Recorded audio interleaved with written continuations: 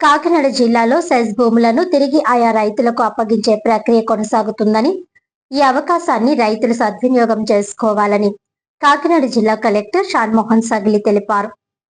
గురువారం కాకినాడ కలెక్టర్ కార్యాలయంలో జిల్లా కలెక్టర్ షాన్మోహన్, జాయింట్ కలెక్టర్ అపూర్వ భరత్ తో కలిసి రెవెన్యూ, సెస్, రిజిస్ట్రేషన్, ఇతర శాఖల అధికారులతో సమావేశం నిర్వహించారు. ఈ సందర్భంగా జిల్లా కలెక్టర్ షాన్మోహన్ మాట్లాడుతూ, కాకినాడ రూరల్, యు కొత్తపల్లి, తొండంగి మండలాల పరిధిలో భూమిని సెస్ పరిధిలోనికి తీసుకోవడం జరిగిందన్నారు. ఈ భూములను అర్హత గల రైతుల వారి పేర్లపై తిరిగి రిజిస్ట్రేషన్ చేయించే చర్యలను ప్రభుత్వం చేపట్టినట్లు ఆయన పేర్కొన్నారు. ఈ భూములకు సంబంధించి ఇప్పటికే రాష్ట్ర ప్రభుత్వం రిజిస్ట్రేషన్ పత్రాలపై స్టాంప్ డ్యూటీ మరియు రిజిస్ట్రేషన్ ఫీజులు పూర్తిగా మినహాయింపు ఇవ్వడం జరిగిందన్నారు. ఈ అవకాశాన్ని రైతులందరూ సద్వినియోగం చేసుకోవాలని జిల్లా కలెక్టర్ తెలిపారు. రైతులు తమ భూములు సంబంధించి పట్టాదార్ పాస్ పుస్తకాలు, దస్తావేజులు, ప్రభుత్వం నిర్వహించిన రీసర్వే నోటీసుల వివరాలు అన్ని మార్చి 13 నాటికి ఆయా మండలాల తహసీల్దార్ల కార్యాలయంలో సమర్పించాలని అన్నారు. సెస్ భూముల రిజిస్ట్రేషన్ ప్రక్రియకు సంబంధించి రెవెన్యూ, సెస్, రిజిస్ట్రేషన్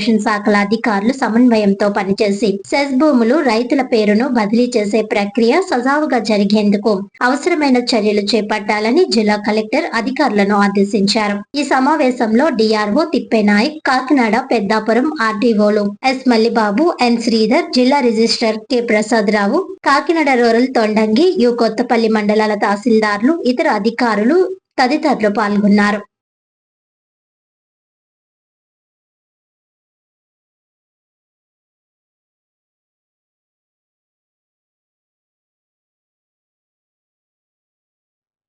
వార్తలను ముఖ్యాంశాలు మరోసారి.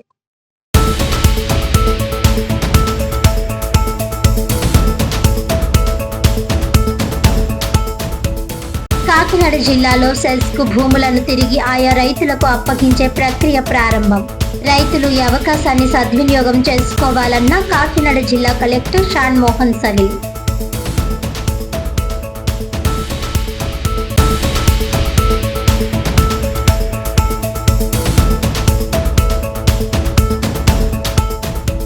జిల్లాలో నిరుద్యోగ యువతీ యువకులకు ఉద్యోగ అవకాశాలు కల్పించడమే కూటమి ప్రభుత్వ లక్ష్యం. బయాలాజికల్ ఈ లిమిటెడ్ ఆధ్వర్యంలో నిర్వహించిన ఫార్మా డ్రీమ్ జాబ్ 2026 ఉద్యోగ మేళాలో కాకినాడ జిల్లా జనసేన పార్టీ అధ్యక్షులు, డిసిసిబి చైర్మన్ తుమ్మల రామస్వామి బాబు.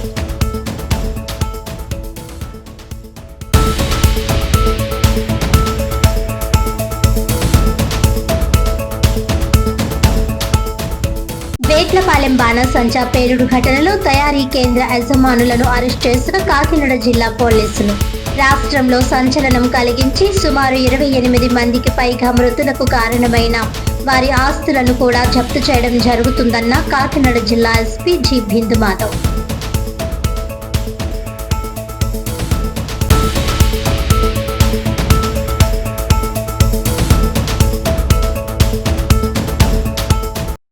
ఈనాటి వార్తలు ఇంతటితో సమాప్తం. తిరిగి వచ్చే బులెటిన్ లో మళ్ళీ కలుద్దాం. అంతవరకు సెలవు. నమస్కారం.